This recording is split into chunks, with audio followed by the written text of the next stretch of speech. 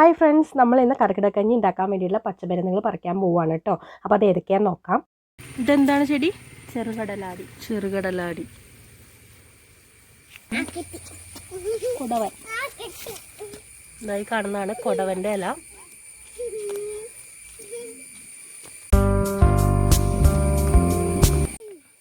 ഇവിടെ എന്തോ മരുന്നുണ്ട്. ഇതിൻ്റെ പേരെന്താ? ആനയടിയൻ. ആനയടിയൻ. ആദ്യമായിട്ട് കേൾക്കാം കേട്ടോ ഈ സംഭവമൊക്കെ. ഇതാ ഇങ്ങനെയാണ് ആനയടിയൻ ഇരിക്കണേ.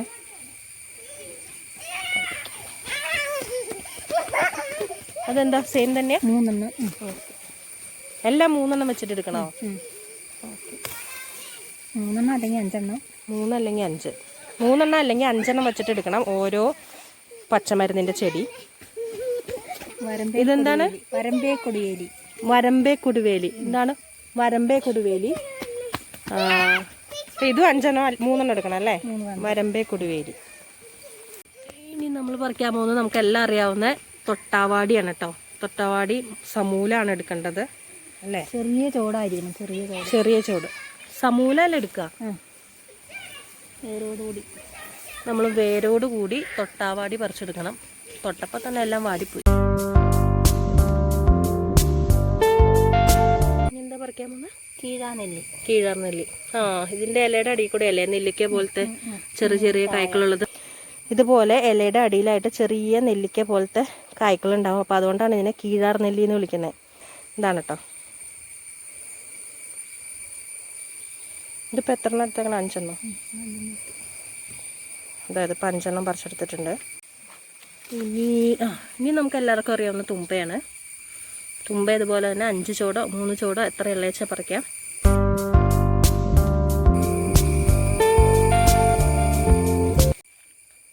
ഇനി എന്താ പറിക്കാൻ പോണേ? മൂവില. 3 ഇല വെച്ചിട്ടാണല്ലേ ചെടിയിലുള്ളത്. അപ്പൊ അതിന്റെ വേരോടുകൂടി തന്നെ പറിക്കാം. കിട്ടാൻ സാധ്യതയില്ല. കിട്ടിയാൽ നല്ലത്.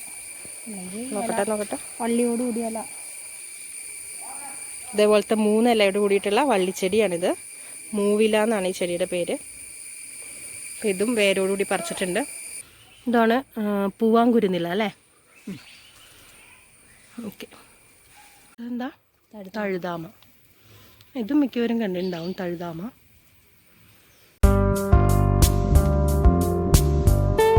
ഇതെന്താണ്? നിലംബരണ്ട. ഇത് മിക്കവരും കണ്ടിട്ടുണ്ടാവില്ലേ? നിലത്തിങ്ങനെ പറ്റിപ്പിടിച്ച് വളരുന്ന ചെറിയ ചെറിയ ഇലകളോട് കൂടിയിട്ടുള്ള ചെടിയാണിത്. ഇതായി കാണുന്നതാണ് കേട്ടോ നിലംബരണ്ട. ചെറിയ ചെറിയ ഇലകളാണ് ഇതിനുള്ളത്. നിലത്തേക്കൂടെ ഇങ്ങനെ പറ്റിപ്പിടിച്ച് പടർന്ന് വളരുന്നതുകൊണ്ടാണ് ഇതിന് നിലംബരണ്ട എന്നുള്ള പേരുള്ളത്. ഇതിപ്പോൾ ഇങ്ങനെ ഓരോ തണ്ടായിട്ട് എടുക്കുമോ? ഇതിങ്ങനെ വള്ളി കുറച്ച് ഇങ്ങനെ പറിച്ചെടുക്കും. ഏകദേശം ഒരു പിടി പോലെ. ഒരു ചെറിയ പിടി തണ്ടാണ് ഇതിൻ്റെ പറിച്ചെടുക്കണേ. പിന്നെ എണ്ണായിട്ടല്ല. ഇതെന്താണ്? മുത്തങ്ങ. ഇതിൻ്റെ അടിയിലല്ലേ ചെറിയ ചെറിയ കായകളുണ്ടാവുക, വേരില്ല.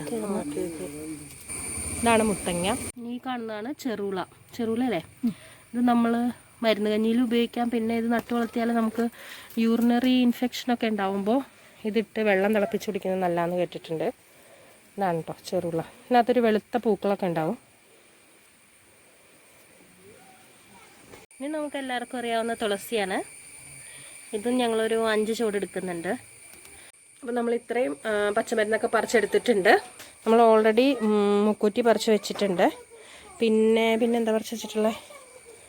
പിന്നെ നമ്മളിവിടെ കുറുന്തോട്ടി പറിച്ച് വെച്ചിട്ടുണ്ട്.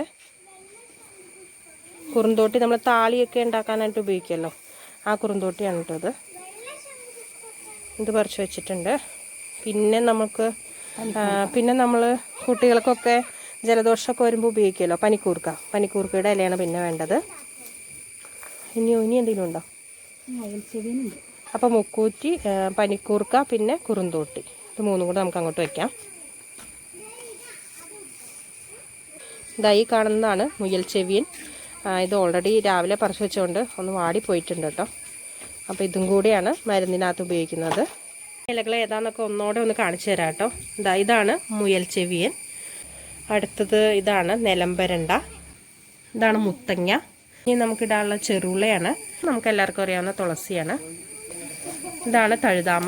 ഇതിൻ്റെ തോരൻ കഴിക്കുന്നത് ഷുഗർ പേഷ്യൻസിനൊക്കെ വളരെ നല്ലതാണ്. ഇതാണ് മൂവില. ഇത് ഞാൻ നേരത്തെ കാണിച്ചത് 3 ഇലയോട് കൂടിയിട്ടുള്ള വള്ളിത്തണ്ട് പോലത്തെ ചെടിയാണിത്. ഈ കാണുന്നതാണ് പൂവാങ്കുരുന്നില. ഇതിൻ്റെ അറ്റത്തായിട്ട്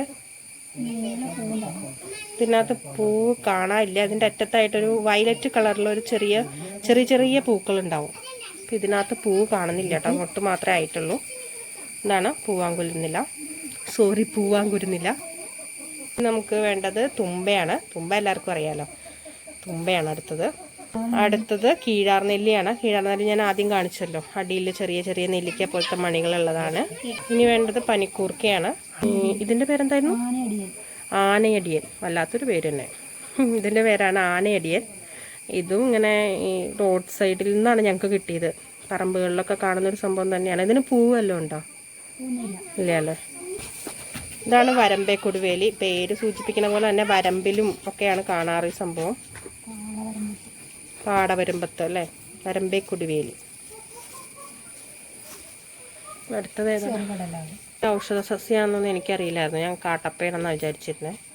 ചെറുകടലാടി എന്നാണ് ഇതിൻ്റെ പേര്. ഇനി അടുത്തതാണ് മുക്കൂറ്റി എല്ലാവർക്കും അറിയാലോ. അടുത്തതാണ് കൊടവൻ. അതേപോലത്തെ വട്ടത്തിലുള്ളൊരു ഇലയുള്ള സംഭവമാണ് കൊടവൻ. ഇതും നമുക്ക് കുട്ടികൾക്കൊക്കെ കൊടുക്കുന്നത് നല്ലതാണ് കേട്ടോ. വയറിന് എന്തെങ്കിലും അസ്വസ്ഥതയൊക്കെ ഉണ്ടെങ്കിൽ മാറി കെട്ടുന്നതിൻ്റെ നീര് കൊടുക്കുന്നത്. അടുത്തത് കുറുന്തോട്ടിയാണ്. കുറുന്തോട്ടി എല്ലാവർക്കും അറിയാലോ.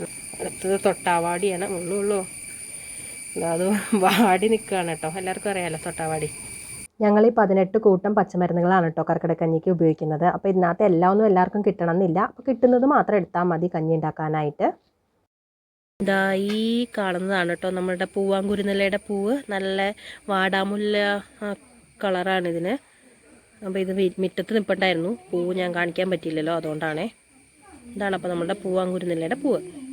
നമ്മൾ പറിച്ചെടുത്തിട്ടുള്ള പച്ചമരുന്നുകളെല്ലാം നന്നായിട്ട് കഴുകി, അതായത് നല്ല ഒരു വലിയ പാത്രത്തിൽ തന്നെ ഇട്ടിട്ട് നല്ലപോലെ കഴുകി അതിനകത്ത് മണ്ണും ചെളിയും എല്ലാം കളഞ്ഞിട്ട് ഇതേപോലെ ഒരു അരിപ്പ പോലത്തെ ഒരു പാത്രത്തിനകത്ത് വെള്ളം വാരാനായിട്ട് വെച്ചിട്ടുണ്ട്. ഇനി ഇതിനകത്ത് വെള്ളം നന്നായിട്ട് വാർന്നു കഴിയുമ്പോൾ നമുക്കിത് നല്ല പോലെ കൊത്തി എറിഞ്ഞെടുക്കണം. പച്ചമരുന്നുകളൊക്കെ നല്ല പോലെ കൊത്തി എറിഞ്ഞെടുക്കുകയാണ് കേട്ടോ. അമ്മയാണ് കേട്ടോ ഇനി മരുന്ന് കഞ്ഞിയുടെയൊക്കെ ആള്.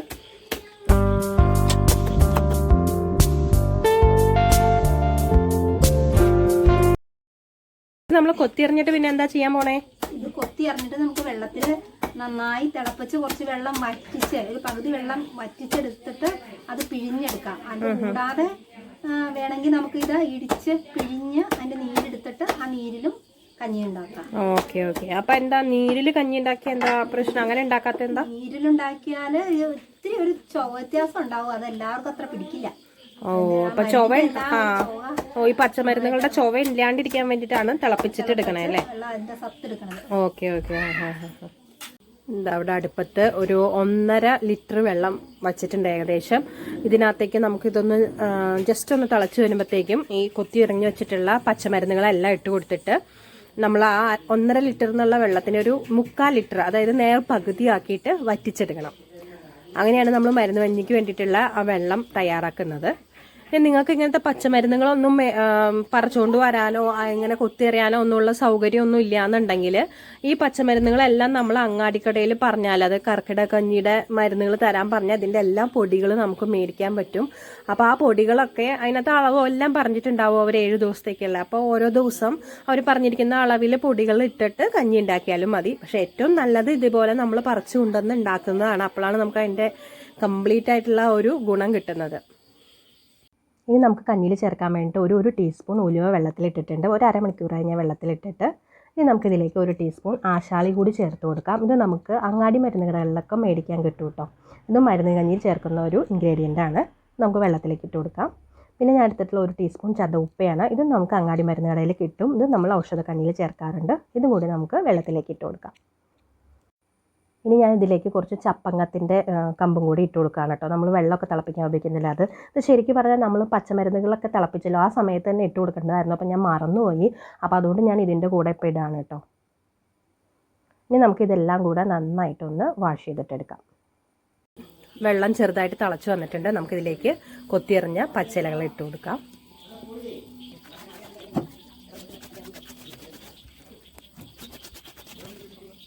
ഇനി ഇത് നല്ല പോലെ ഒന്ന് തിളച്ച് ഇതിൻ്റെ ഈ പച്ചമരുന്നിൻ്റെയൊക്കെ സത്തെല്ലാം വെള്ളത്തിലേക്ക് ഇറങ്ങി വെള്ളം ഒന്ന് പകുതി വരെ വറ്റുന്നത് വരെ നമുക്ക് വെയിറ്റ് ചെയ്യാം.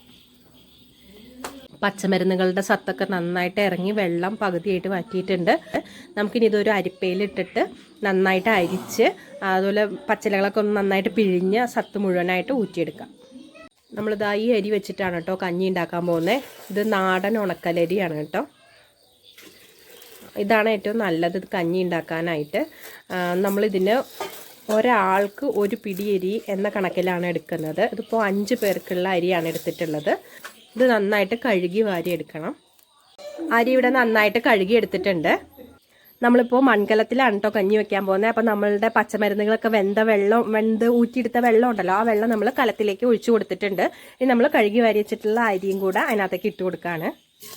ഇപ്പം നമ്മൾ തൽക്കാലം ആ പച്ചമരുന്നുകൾ വെന്ത വെള്ളം മാത്രമാണ് കലത്തിൽ ഒഴിച്ചു കൊടുത്തിട്ടുള്ളൂ. ഇനി വെള്ളം ആവശ്യമുണ്ടെന്നുണ്ടെങ്കിൽ നമുക്ക് അരി വേവുന്നതിനനുസരിച്ചിട്ട് ഒഴിച്ചു കൊടുക്കാം. ഇത് നമ്മൾ മുന്നേ കഴുകി വെച്ചിട്ടുള്ള ഉലുവ, ആശാളി, ചപ്പങ്ങം, ചതവുപ്പ ഇത്തരം സാധനങ്ങളാണ്. അപ്പം ഇതും കൂടി നമുക്ക് കഞ്ഞിയിലേക്ക് ഇട്ട് കൊടുക്കാം.